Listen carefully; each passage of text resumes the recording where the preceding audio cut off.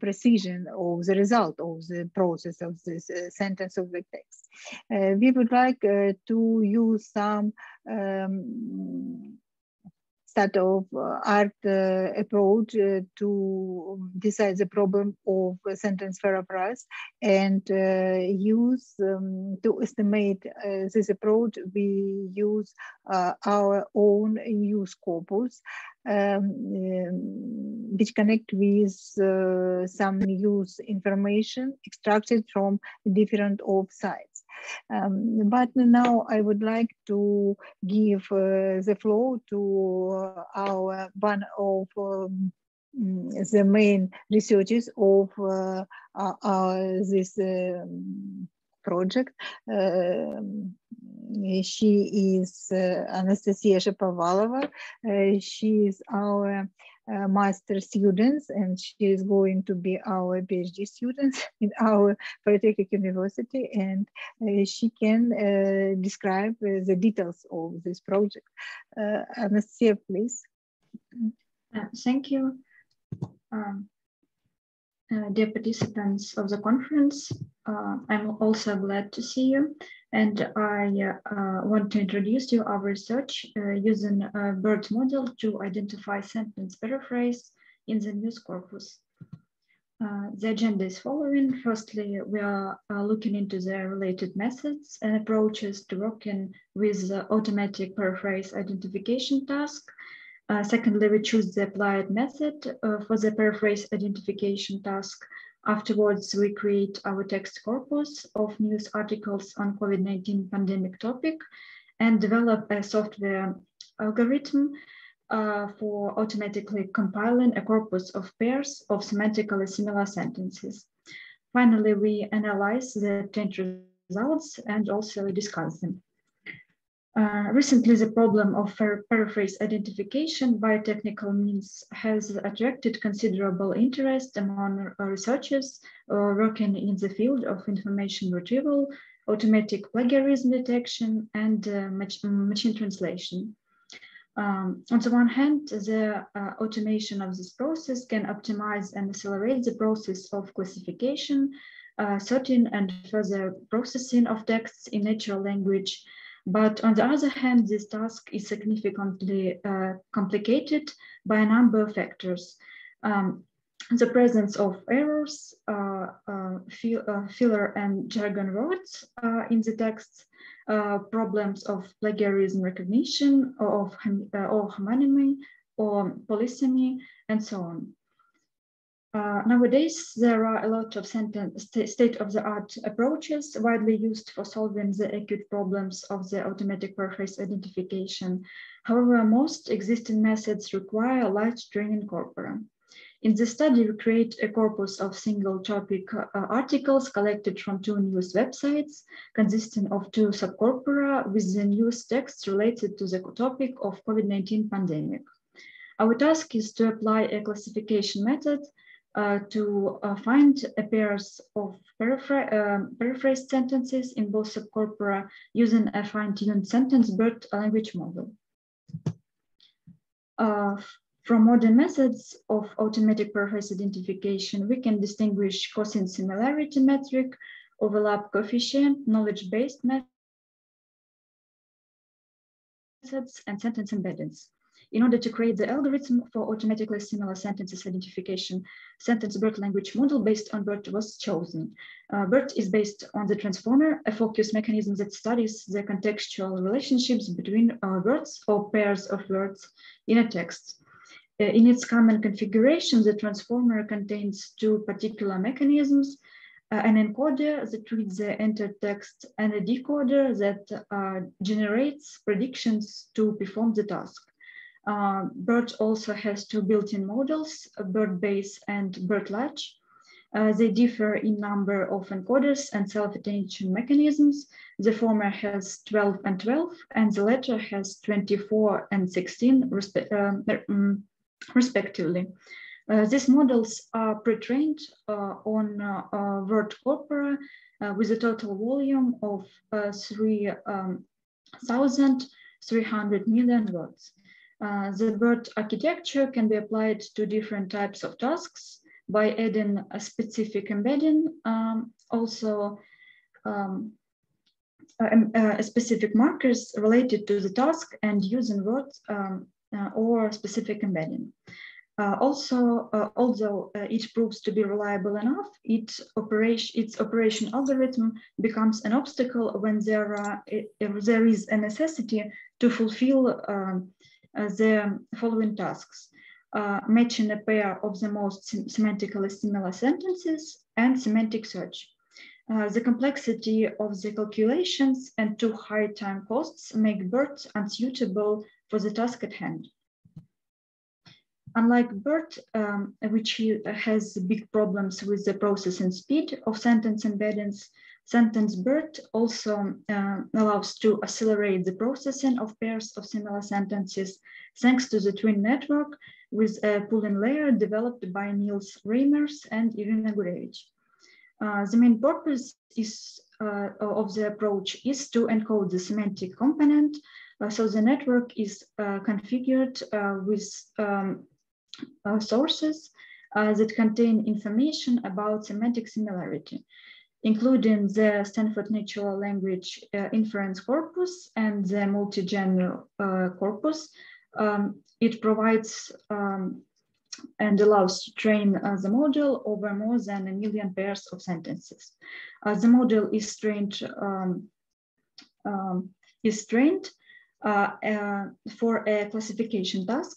After embedding, each pair of sentences is assigned one of 3 labels: entailment, contradiction, or neutral. The process is carried out according to the given formula. In order to implement an experimental research of the model that identifies semantically similar sentences, the 2 sources of news texts with the common subject matter were selected as the content of our corpus. It's CNN and Yahoo News.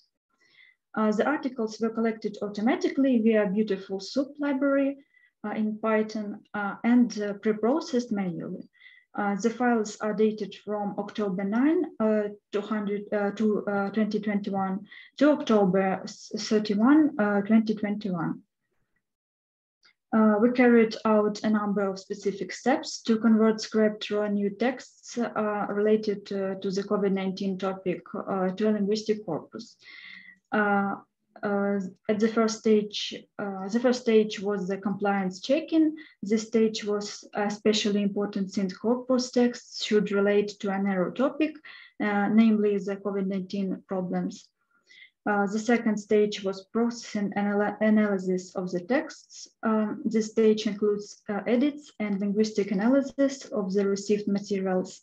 The detected mistakes and typos in raw news texts were rectified. The third stage was transformation and cleansing of the texts.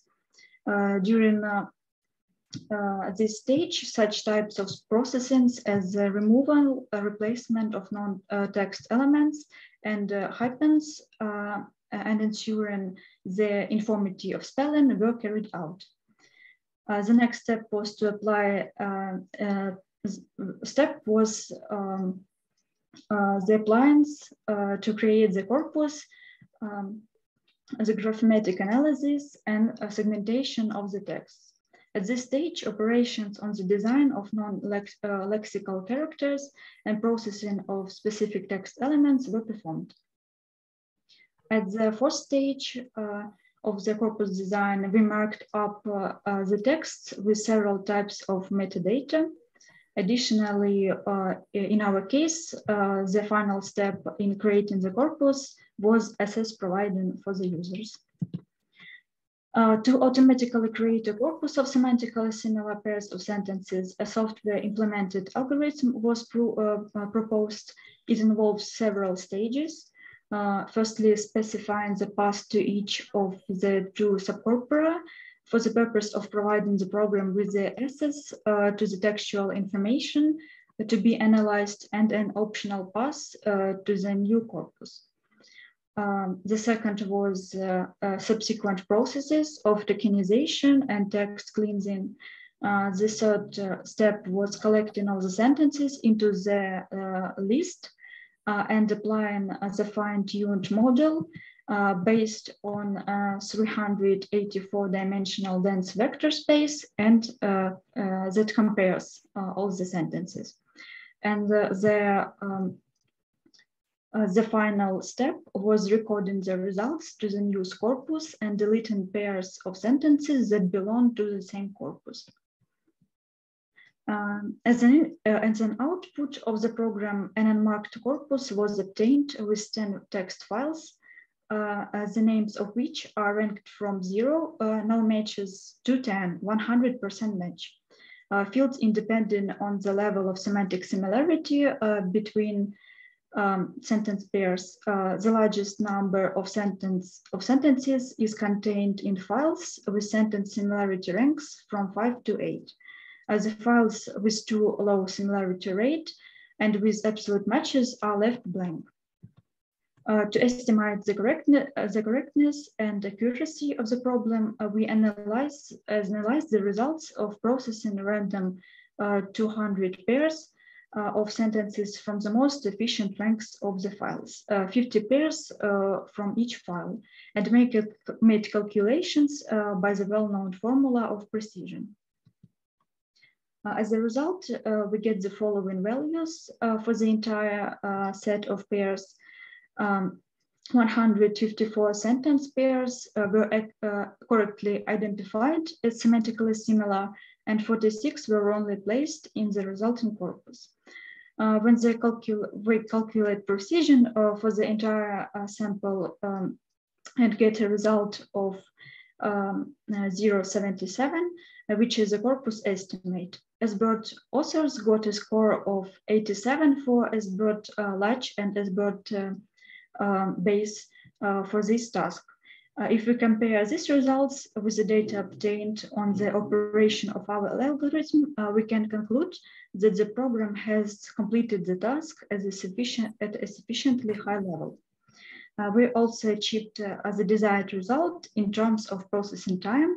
As we can see, the model has successfully processed a large amount of data, about 5,000 kilobytes of information and 476 sentence embeddings in almost 3 minutes. According to previous studies, similar task takes BERT more than 2 days to process, while the sentence BERT large language model proved to undertake it within several minutes.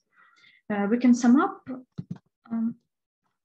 that an unmarked corpus of news texts on COVID-19 pandemic topic was created, a software implementation of the algorithm for detecting and processing semantically similar sentences and saving them in a text corpus is offered. Also, we estimated the results, and the algorithm proved to be remarkably fast and performant in terms of sentence processing time.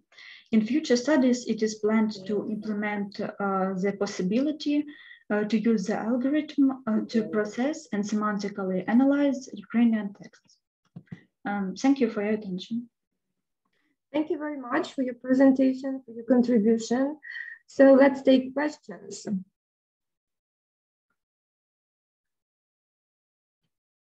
Are there any questions?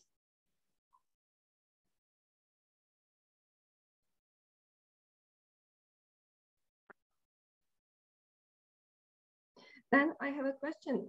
Have you extracted, maybe I missed it, have you extracted the texts manually from the web, or maybe you used some English corpora, well, in the course of your research?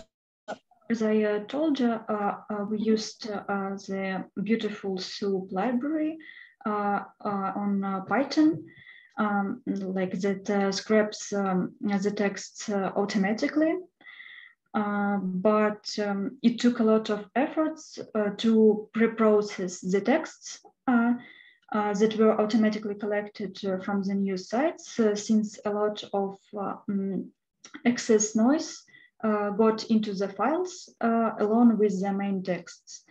And this is an advertising links to the other news articles like images, data of the time and date of downloads, the footnotes, and so on. All this cannot be removed 100% by software means. So that's why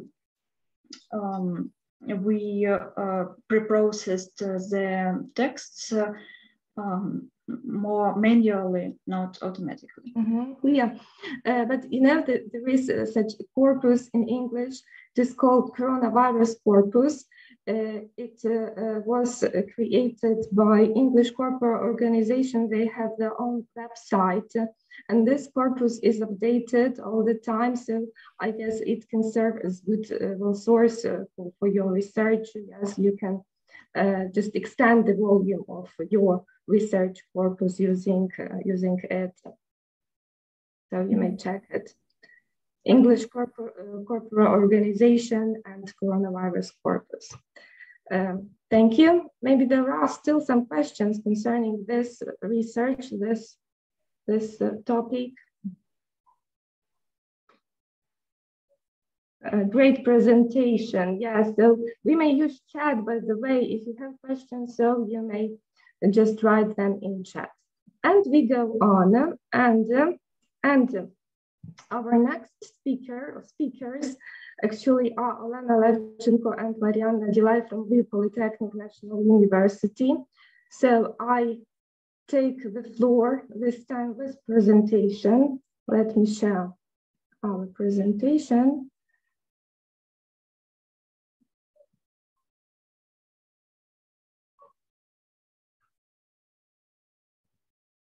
So here it is.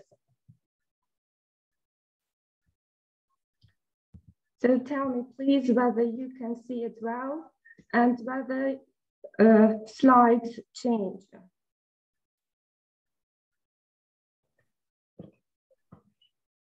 Yeah, everything is all right. Okay, great. So let me present the findings of joint research, key color terms in Ukrainian prose fiction of the 21st century. The research was done in collaboration with Professor Olena Levchenko. And to begin with, well, color terms have become, yes, quite a popular object of linguistic research, especially since groundbreaking study by Berlin and Kay on basic color terms in culture. So much has been done, especially in terms of conceptualization, in terms of cross-cultural studies, yes, phrase forming potential, psychological features. The relevance of this study, however, lies in using corpus-based approach and analyzing frequency of color terms in the modern Ukrainian prose fiction on the basis relying on the data from the large volume of corpus, yes, from relying on extensive volume of corpus data. So the purpose actually was to identify statistical characteristics of color terms, also called statistical profile, build statistical profile of color terms in Ukrainian fiction texts of the 21st century, and to determine whether color terms can serve as markers of idiolect, genderlect, in particular in terms of their frequency, derivation potential, and collectability. For that purpose, we used the data and features of RAP, and we created subcorpora of the Ukrainian women's and men's prose fiction of two periods, namely 2000 and 2020, and the second period 1980 and 1999. And here you can see the names of the writers, Ukrainian writers who are in the corpus. And in total, 26 color terms were analyzed. You can see them on the slide as well. So they include colors from color spectrum, as well as semantic associates of color red, which we obtained by means of vector analysis. We set the following objectives. First of all, to extract relative frequency of key color terms and determine the so-called color formulas for the subcorpora. That is the order of descending frequency of colors. Then we performed structural grouping using some statistical measures and formulas. And after that, we analyzed collocations, determined thematic groups of color terms, collocates, and identified the topics of distribution groups that prevail in the analyzed texts. And after that, we focused on stabilized and individual also collectability and specified some directions of metaphorization in idiolect. And what we got at the first stage of our research is the following. So we revealed that the most frequent color term in corpus is black, which is followed by white. So this is white. So I'm sorry for white. For that white is not white, but this is white. Then red, green, blue, gray, and other colors. You can see them given here. Then we compared that list with other results which we got. In particular, here you can see the frequency of color terms used in women's subcorpus. So regarding the frequency of color terms in the women's fiction prose of the 21st century, we see some differences.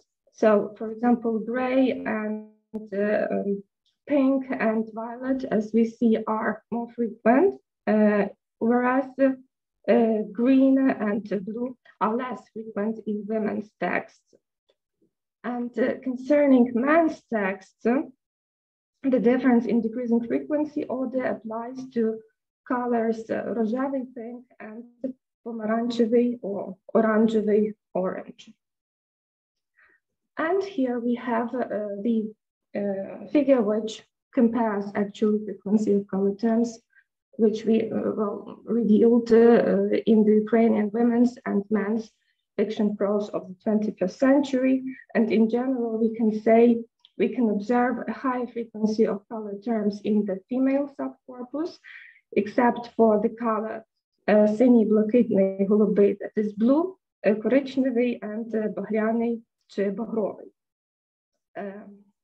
So the differences are revealed also between the results obtained by scholar Pavlovsky and the results of Ukrainian fiction analysis based on Hrak. So Pavlovsky carried out a comprehensive quantitative analysis of structure of the lexical field of color in multilingual corpus, including Ukrainian. These differences, especially in the frequency of use of the colors green, blue, and the end of the list is different as well, as you see. So these differences can be explained by the fact that we have different texts which are analyzed and they belong to different literary style. Next, comparing the dynamics of frequency in the Ukrainian fiction prose, it has been revealed that the order of color terms frequency is absolutely identical in the female and male subcorpora of 1980-1999, although there are slight differences in frequency values. And furthermore, the frequency of individual color terms varies in different time periods.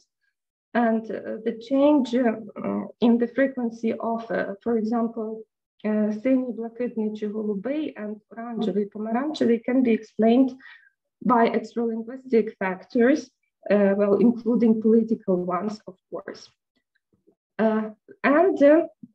Based on the frequency of color terms extracted from corpus, in the works of the studied writers, so-called color formulas were built, which are typical for writers, yes, which we analyze, and also we tried to build typical formulas for subcorpora of women's texts, women's fiction, and men's fiction. And you can see those findings here. As we see, the research results show that order of decreasing frequency is the same in women's corpora and men's corpora for black, white, and red. Then we see some differences concerning such colors as gray, green, yellow, and blue, сірий, зелений, жовтий, and блакитний. And however, still, it should be noted that the frequencies of the color terms used by individual writers, they differ significantly. So, for example, here you have a formula created for Taras Prochasko's works. It includes such colors as білий, червоний, зелений, чорний, синій, жовтий, and others. You can see them here.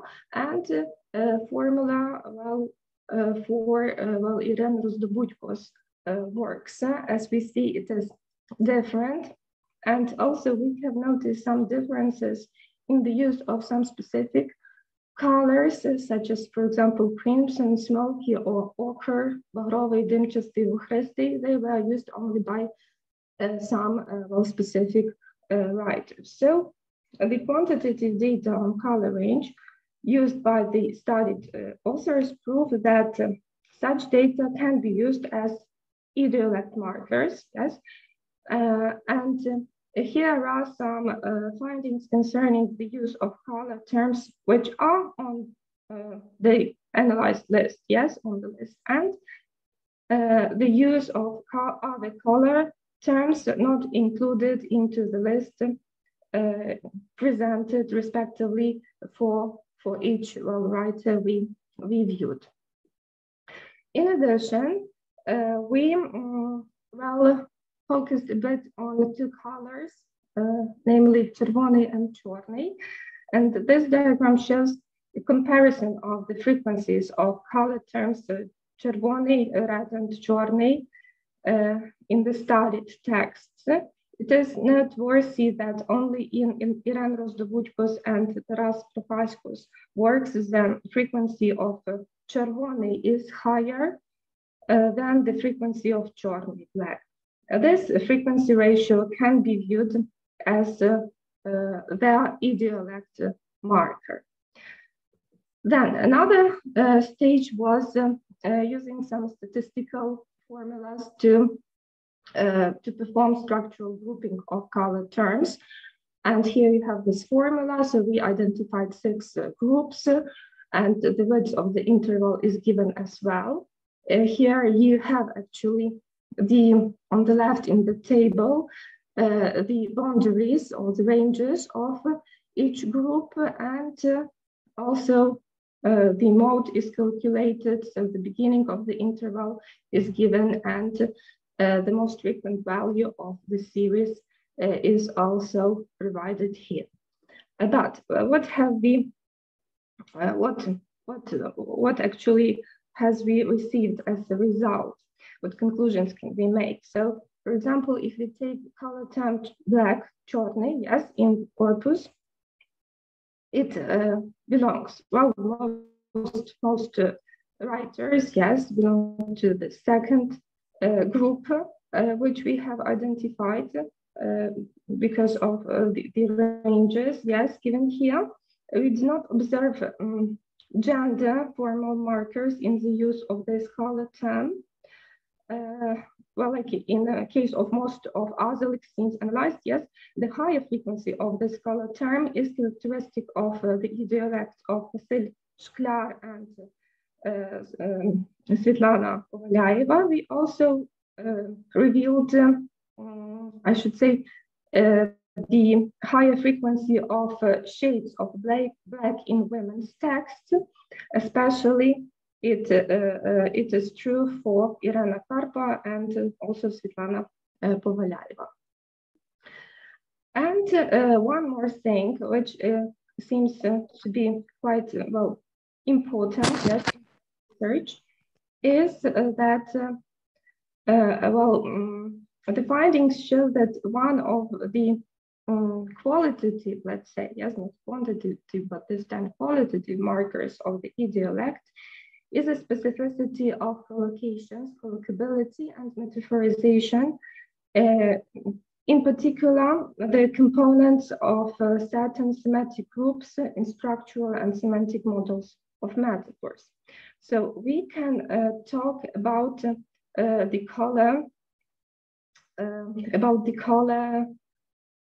attribution to abstract and specific concepts, and the semantically annotated corpus enables actually this automated metaphor search by search request.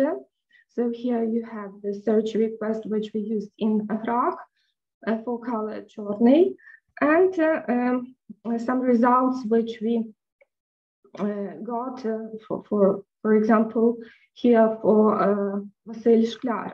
Yes, so as we see, Vasyl most often uses color attribute chorny with such specific conceptual concepts as well, clothes, parts of body, vehicles, landscape elements. Another thing which is very interesting from the point of view of idiolect identification and identification of markers of idiolect is, of course, are those stabilized as well as individual author metaphors. And so this search enabled us to find the following for Vasyl. For example, чорна година, чорний день, чорні часи, чорний гумор, чорні думки, but also more, I guess, author metaphors like чорна зрада, чорна безвихідь, так, чорний розпач. And in comparison, for example, you have some other data extracted from our corpus given for Yuri and his collocations and metaphors with color chorny. And this picture, well, this figure summarizes, well, it's just a part, let's say, of the data, which is the range of the relative frequency of color terms. Чорний, білий, червоний, зелений, сірий, синій, and жовтий, within the range, well, which is given here in brackets. So, and as conclusion, I can say that, in conclusion, we can say that the Ukrainian prose fiction is characterized by the frequency of color terms, чорний, білий, червоний, зелений, синій, блакитний, голубий, сірий, жовтий, помаранчевий, and рожевий. We revealed some differences between the results obtained by Pavlovsky and the results obtained analyzing Ukrainian fiction prose using corpus. And corpus findings showed higher frequency of color terms in women's corpus, except for color blue, brown, crimson. The typical frequency of the color terms is within the ranges given here. And we have proposed a model of the statistical profile of writers' idiolect based on color terms. And in addition to formal quantitative characteristic information on collocability of the studied units is important, in our opinion, in particular, stabilized metaphors and individual author metaphors. But well after the completion of the semantic annotation of the graph, we plan to extend our study to conduct the research based on more broad, yes, more extensive list of color types. Thank you for your attention. And well, if you have any questions, we will answer them with great pleasure. Thank you.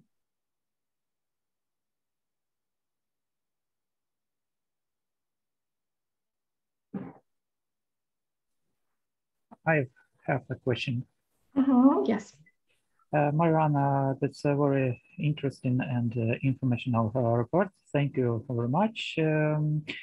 So I could see some trend in research in discourse, the author's discourse.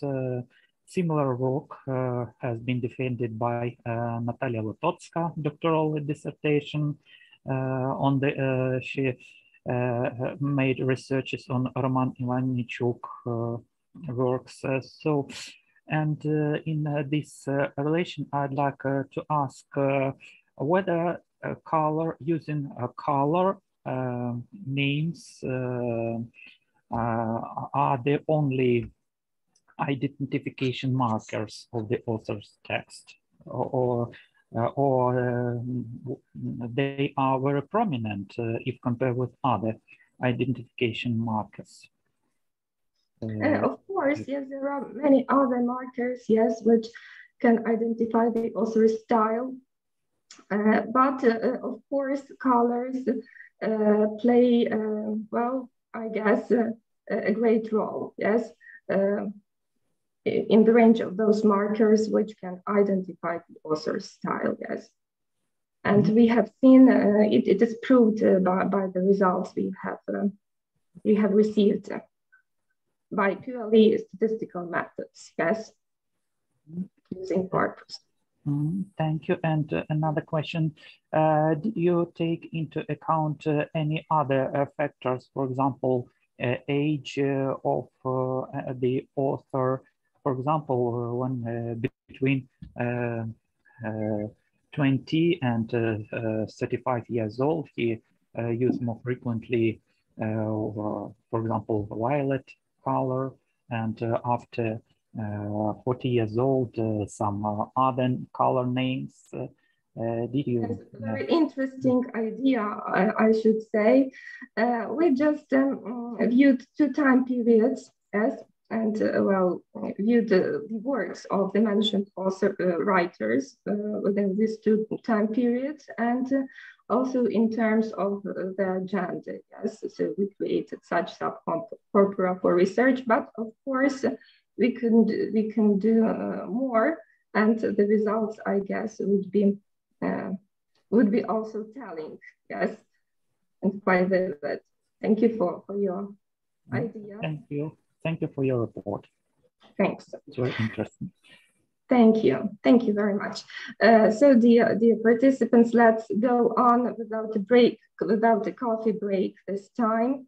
Let's continue our conference, our plenary session, and it's my pleasure to welcome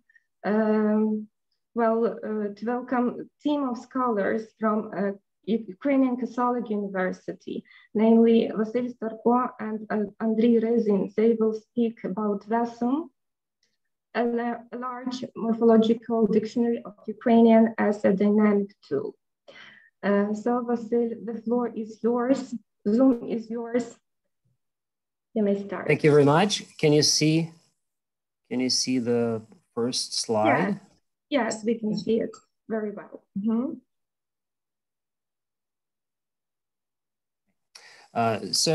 Yeah, I would like to, I'm happy to present our paper, which I have written jointly with Andriy Rysin, who is an independent researcher from the USA. And our topic is VESUM, a large morphological dictionary of Ukrainian as a dynamic tool. This dictionary has been developed over the past 17 years. So in this brief presentation, I can only focus on the key features of VESUM and explain how it works. I'd like to remove this bar from here. Okay, so first of all, it's an open source project. The dictionary is machine readable and it's large in size. It has over 416,000 lemmas, from which 6.5 million word forms are generated. And to our knowledge, this is the largest dictionary of its kind. VESUM covers many proper names, Ukrainian and foreign. We have more than 50,000 entries of this kind. And it has a compact system of inflection codes. So just to give you an idea, here is each dictionary entry has the following format. There are two mandatory positions, lemma and inflection code, which can be followed by several optional positions, stylistic tag, homonym number, and comment. And in this example with the lemma druzhba, you can see that there are two homonyms for druzhba. Each has a slightly different inflection code, and this code is used to generate the full paradigm for each homonym. And a brief comment is added for each homonym to indicate which sense is meant.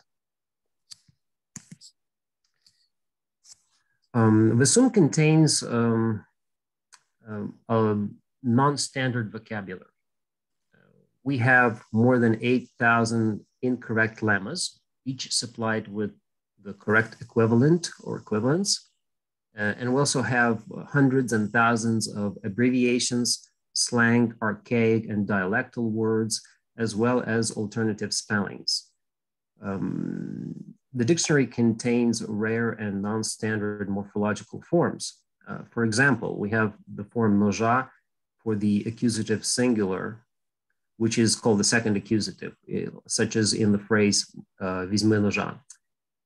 And this dictionary can be expanded by incorporating other types of linguistic information, such as semantic tags, and actually work is being done along this way to add semantic tags.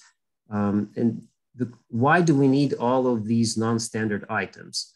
The answer is that they occur in texts. This dictionary has from the very beginning been developed in order to handle texts. And the more we applied this dictionary, the more we saw that there are all kinds of non-standard lexical items and spellings that occur in different types of texts. And if we want to be able to handle these texts, to tag them, we need to include these items in the dictionary. So this has been done over the years. I would really like to emphasize the dynamic nature of VESUM.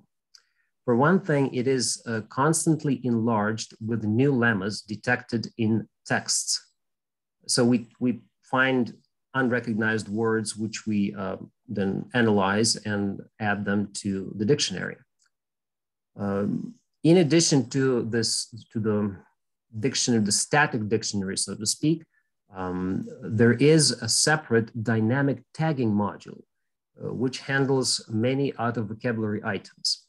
For example, we have many words in texts that include combining forms such as business and online, business osvita, online magazine, and there are hundreds of them.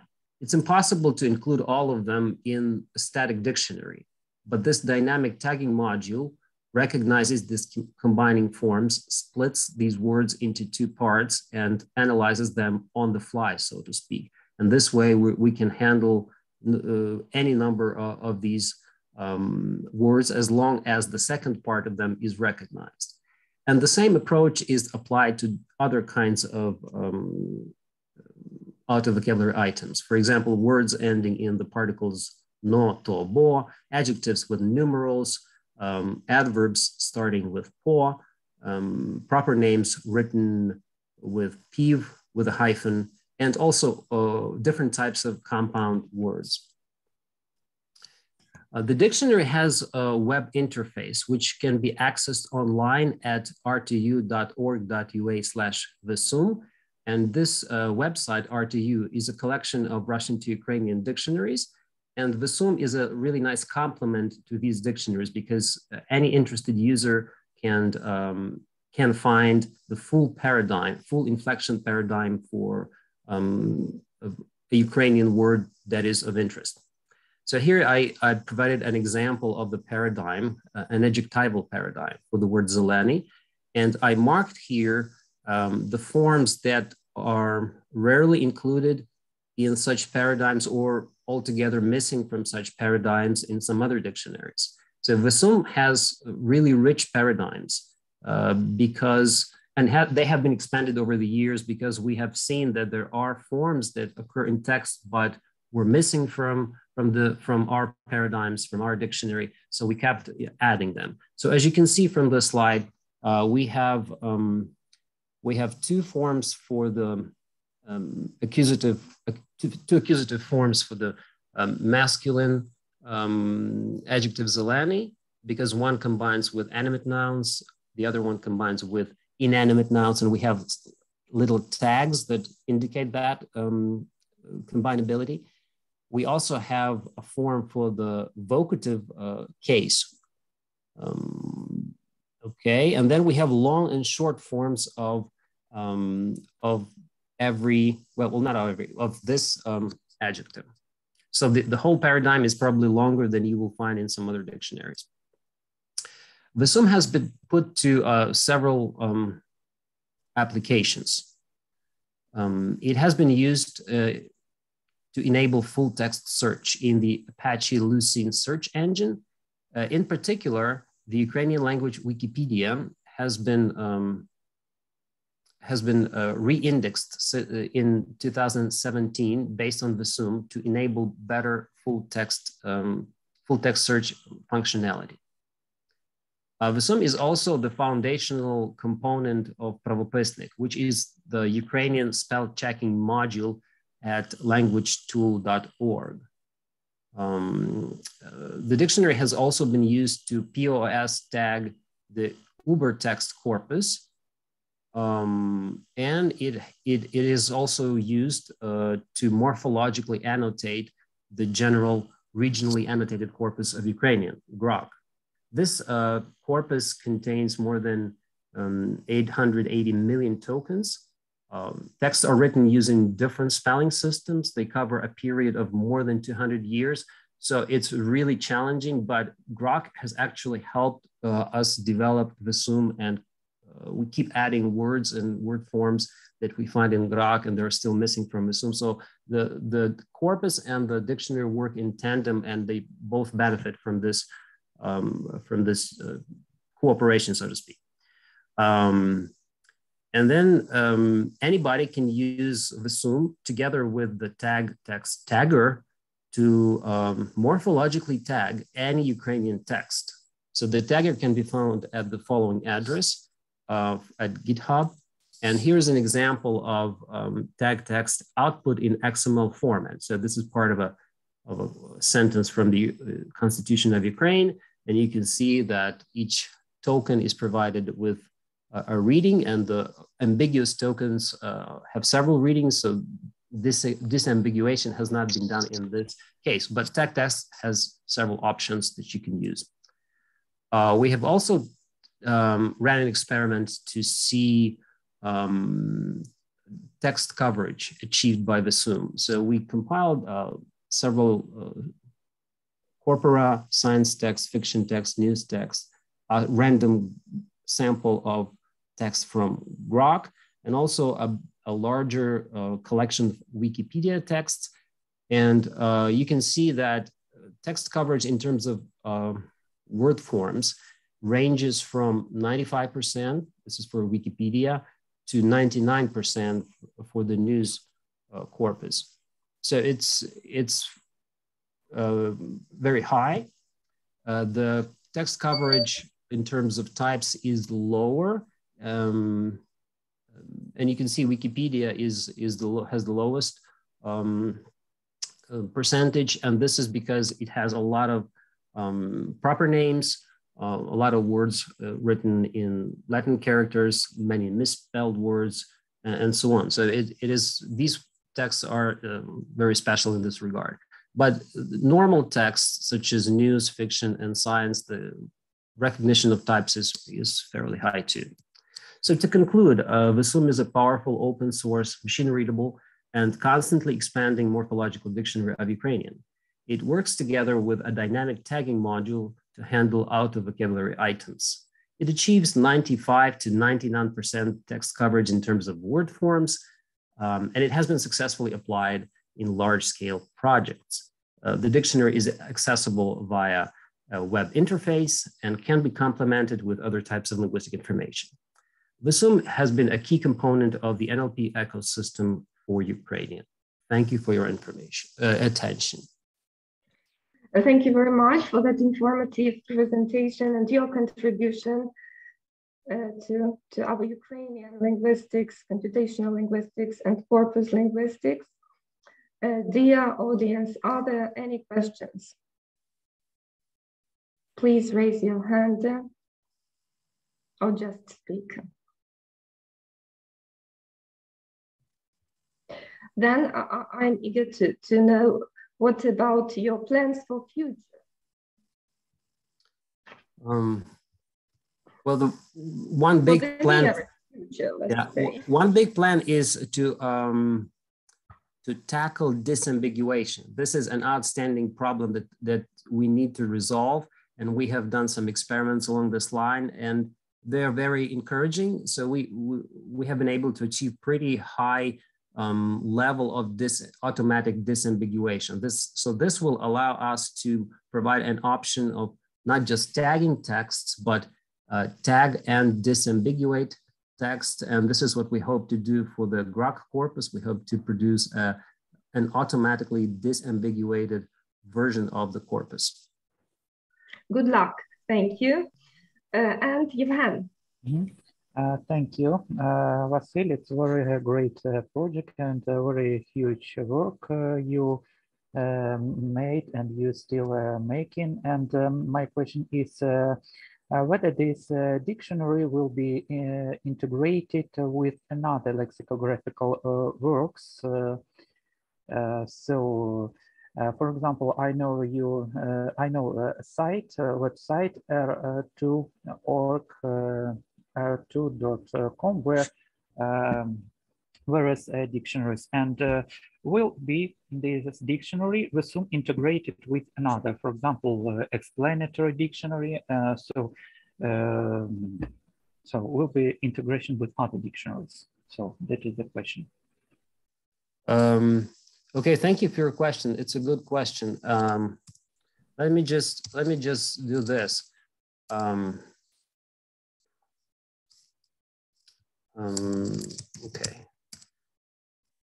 Let me just show you on the screen. Let's see. Okay, this is what we do. This is what we do at our website. Okay, rtu.org.ua. So we have a collection of dictionaries,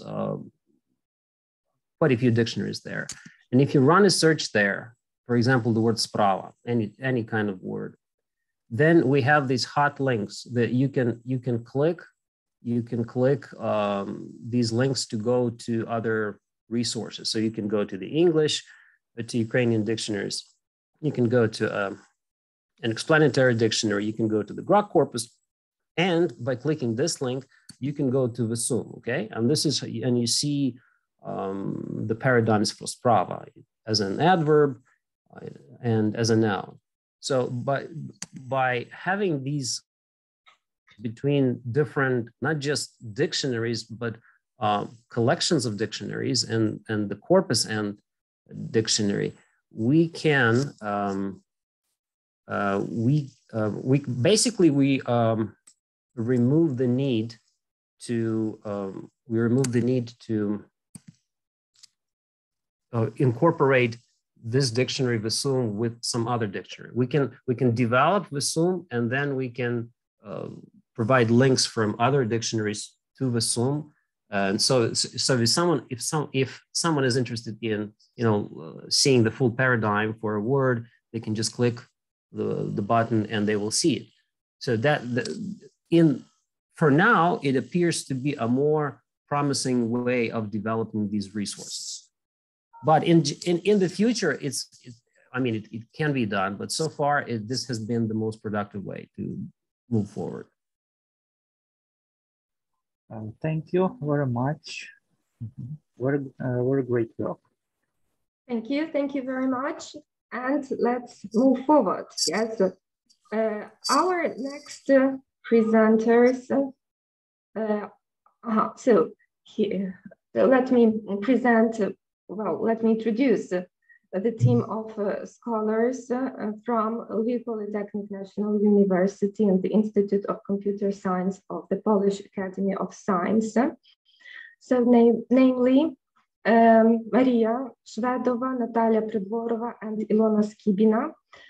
They will present their research on normalization of Ukrainian texts of the 19th and early 20th century in Hrag on the material of the corpus of Lesya Ukrainka's work. So the floor is yours, you may start. Thank you. Yes, Ilona. Can you see the slides? Yes. Are they changing or not? Yes. Okay. So let me introduce us. We are, our names are Natalia Perdubova and Ilona Skibina, and we'd like to present our joint research with Maria Shvedova on the topic of normalization of early modern Ukrainian in Greek, the case of Lesya Ukrainka's works. Our aim is to expand Greek, a corpus of the Ukrainian language, namely to introduce the text from a recent edition of the collection of works by Lesya Ukrainka. It should be noted that this work is the first experience and for the time being the only one to lematize a Ukrainian author's vocabulary on the basis of a closed corpus of texts.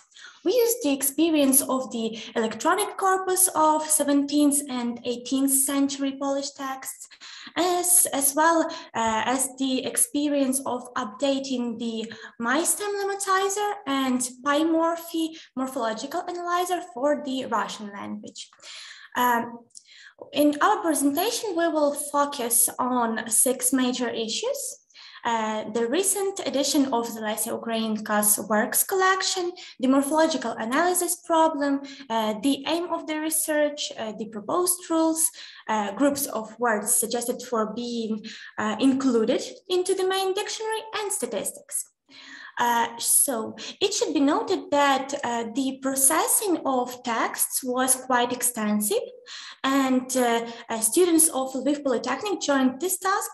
In total, more than 1,300 texts amounting to 1.5 million tokens were meta-marked, and the process of meta-marking was a crucial step in our research. So we'd like to thank all the students participating in it. An important property of the new edition is that the texts are intended to preserve the original appearance of the text with all the word forms that the writer once used. Unlike the previous versions, the spelling is not changed and therefore gives us access to the analysis of language standards and realities of the period in which Lesya Ukrainka worked. For example, in the previous editions, you might find some corrections with regard to the original text, as shown in the image. Instead of the authentic skilka, the variant kilka was inserted. Instead of svita, svitu, and so on. Thus, in the earlier editions of her works, all the non-normalized forms of words were edited in accordance to this with the spelling rules of the day. The synonyms like babusia, babushka, cherven, iyun, and other pairs used by the writer were reduced to a single normative form in each case. Due to the problem of the authentic spelling, the process of analysis of some words has become more difficult as the program identifies the words according to the modern rules. behind it. Thus, an important step in this work should be creating and implementing new rules to improve token recognition within the corpus.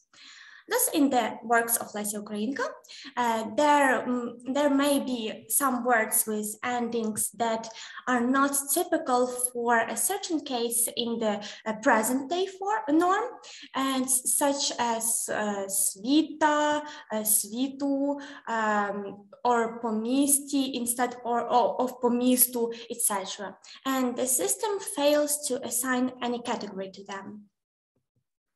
Now let's move to the main objectives of our work, and they are to expand the text base of the original annotated corpus of the Ukrainian language, GRAG, to create linguistic rules that improve an additional dictionary model for processing the author's corpus of text normalization algorithms used to lemmatise no-static tokens. So the model is developed by Andriy Rysin, so loads of thanks for technical guidance and support, and also to increase the accuracy of morphological annotation.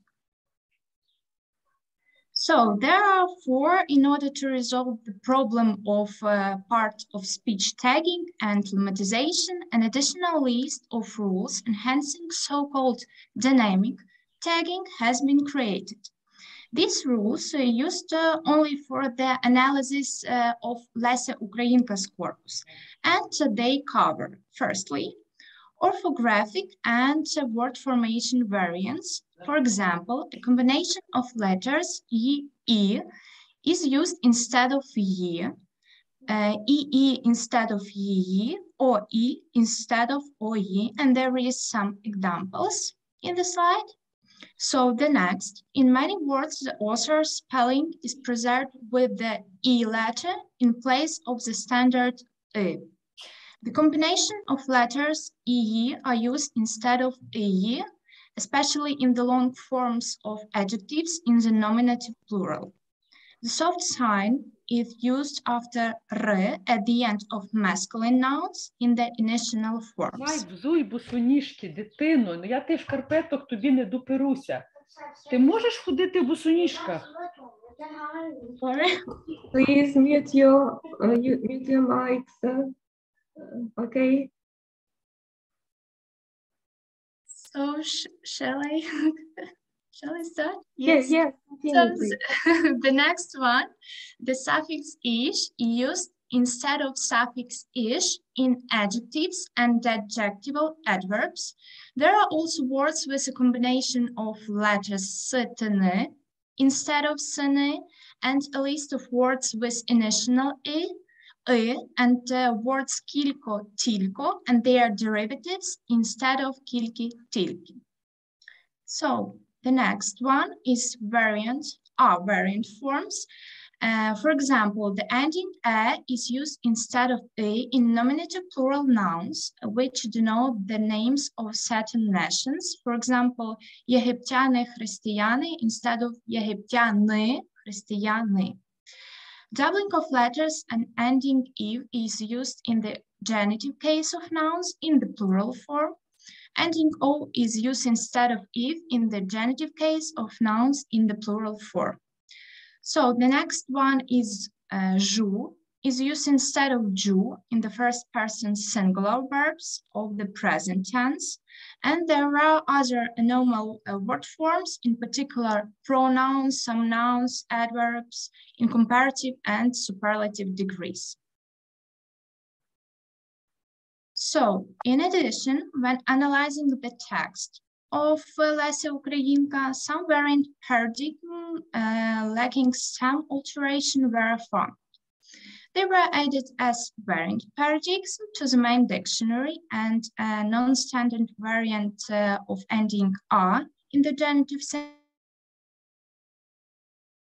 singular was added to a number of masculine nouns in the dictionary. Also, Lesya Ukrainka used the nouns with the root "pis" in two versions: masculine, which is now normative for them, and feminine. For example, chasopis, chasopis, also rukopis, dopis, litopis, and so on. So the variants of the feminine gender of nouns with the root pis are added to the dictionary as separate lemmas. There are also other groups of words suggested for being included into the main dictionary, especially old names of months of Latin origin, old abbreviation, proper names,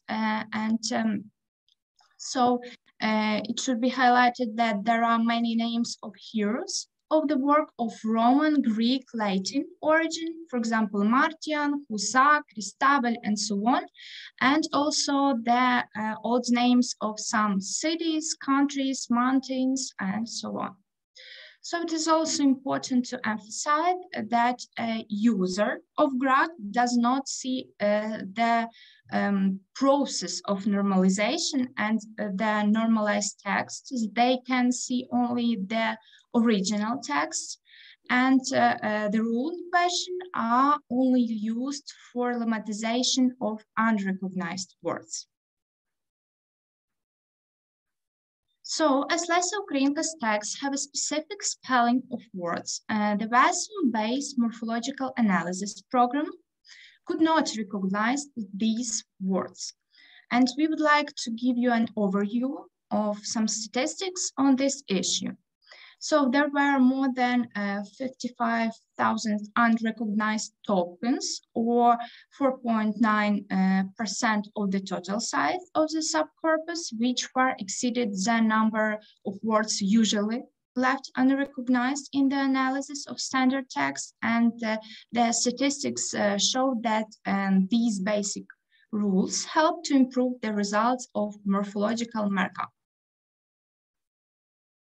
And to conclude, the experience of processing the Lesya Ukrainka corpus has shown that for such subcorpora with variant spelling, it is advisable to introduce additional rules to capture individual spelling and grammatical variants. So for a closed subcorpus that will not be updated in the future, such as the complete works of an author, it is even possible to perform some morphological analysis of every single word form using only manual processing. And however, we must bear in mind that while expanding a large historical corpus, a number of cases requiring the use of additional rules steadily increases. So this fact reduces the efficiency of these methods. And thank you for attention. Thank you very much. Thank you very much for great research. Well, let's take questions. Dear audience, do you have any question? Yes, of course. Vasyl. From your experience of working with the recently published complete works of Lesya Ukrainka, do you see that there are fewer orthographical and other changes as compared to the original? You spoke about the 1970s edition, but what about this most recent edition? Well, now we concentrate our attention on the complete works of Lesya Ukrainka and edition 2021. But the previous one was 2012.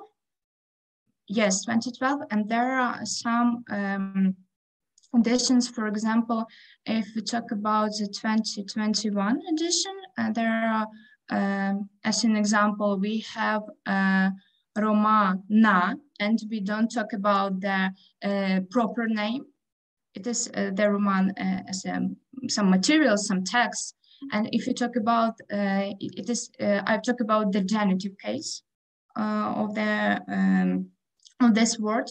And if you talk about the edition 2012, there we have Romanu, so the normalized form of these words.